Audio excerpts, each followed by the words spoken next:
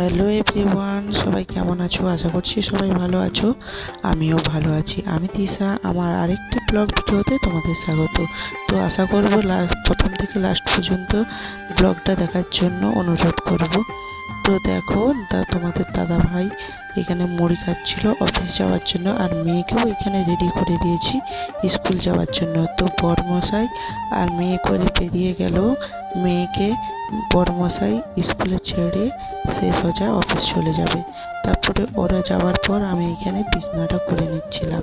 তো বিছনাটা অনেক দিন নোংরা হয়েছিল, মানে চাদরটা, বিছনার চাদরটা। তো সেটাই আমি এখন ভালো করে চেঞ্জ করে পেতে ছেড়ে নিচ্ছিলাম।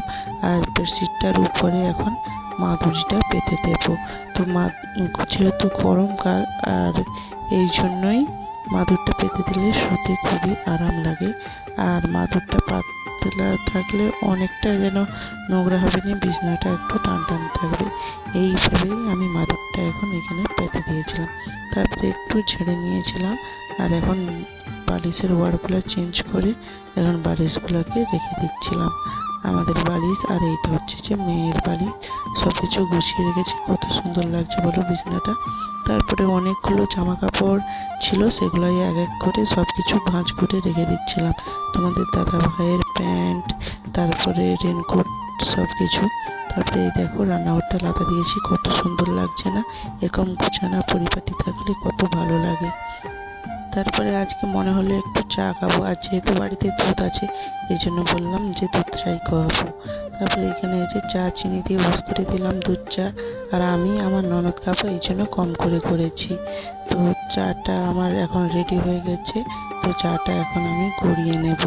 গড়িয়ে আমি আমার ননদ করে খেয়ে নেবো। তো ননদকে দিয়ে দিলাম, আর এইখানে আমিও খেতে লেগে গেছি। কেন আর কেউ চা খাবে না, এই জন্য আমরা দুজনেই খেয়ে নিলাম। আর কালকে রাতে যখন বাসি মাংস ছিল সেটা দিয়ে আমি পান্তা খেয়েছিলাম, আর ওরা মুড়ি খেয়েছিল। তো খাওয়া দাওয়ার পরেই এখন তো যে চলে এসেছি থালা বাসন ধুইতে। তো খাওয়া দাওয়ার পরে এই যে থালা বাসন ধুয়ে নিচ্ছিলাম। আমাদের এই যে বাইরে একটা ট্যাপ করে দিয়েছে, তো সেই ট্যাপেই আমি থালা বাসন ভালো করে নিয়েছি, সেখানেই হচ্ছে থালা বাসন ধুই। এই সাংসারিক ব্লগগুলো তোমাদের কেমন লাগে অবশ্যই জানিও। এই যে ছোট্টখাট্টো ব্লগগুলো তোমাদের কেমন লাগে সেটাও জানিও। তো এইখানে আমার থালা বাসন ধোয়া কমপ্লিট হয়ে গেছে। এবার গিয়েছিলাম স্নান করতে। তো স্নান করে এসে আমার মেয়ের জুতো, আমার জুতো ভালো করে ধুয়ে রেখে দিয়েছিলাম, যেহেতু বাবার বাড়ি গিয়েছিলাম। তার এই মাঝখানে এই যে পার্সেল চলে এসেছিলো।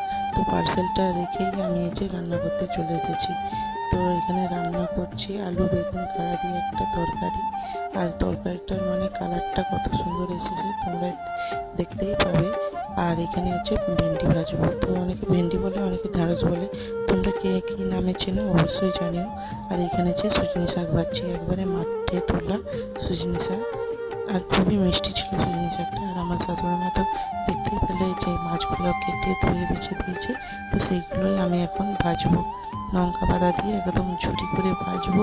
আর খেতে খুবই সুন্দর হয়। আর এর সঙ্গে শুকনো লঙ্কা দিয়ে দিলে আরও টেস্ট হয়, যেন এক থালা ভাত এই ভাজা দিয়েই খাওয়া হয়ে যাবে। তো রান্না বান্না করার পর এখন ওভেনটাকে ভালো করে মুছে নিচ্ছিলাম। আর এই পাশের ওভেনটা একটু বেশি নোংরা হয়েছিল বলে সেটাকে খুলে ভালো করে ঘষে নিব। এখানে এখন দেখাচ্ছি কি পার্সেল এসেছে সেটাই। তো একটা হেডফোন অর্ডার করেছিলাম, তো সেটাই এসেছে, সেটাই তোমাদের দিকে দেখাচ্ছিলাম। আচ্ছা, তোমরা আমাকে কেউ লাইক সাবস্ক্রাইব করো না কেন? তোমরা যদি লাইক সাবস্ক্রাইব করো তাহলে আমার ভিডিও বানাটা আরও বেশি বেশি আগ্রহ বাড়ে। তোমরা একটা লাইক সাবস্ক্রাইব করাতে আমার কত যে আনন্দ লাগে সেটা তোমাদের বলে বোঝাতে পারবো না। আর এই যে হেডফোনটা এসেছে খুব সুন্দর এসেছে, তোমাদের সঙ্গে শেয়ার করছিলাম। এইখানে একটা মিষ্টি খাচ্ছিলাম। এই মিষ্টিটাকে ইলিশ মাছের মিষ্টি বলে, একদম ইলিশ মাছের পেটের মতো। তোমরা কে কী খেয়েছো কমেন্টে জানিও। তো আজকের মতো ভিডিওটা এই পর্যন্ত, আবার আসবে নেক্সট ভিডিওতে। Bye bye.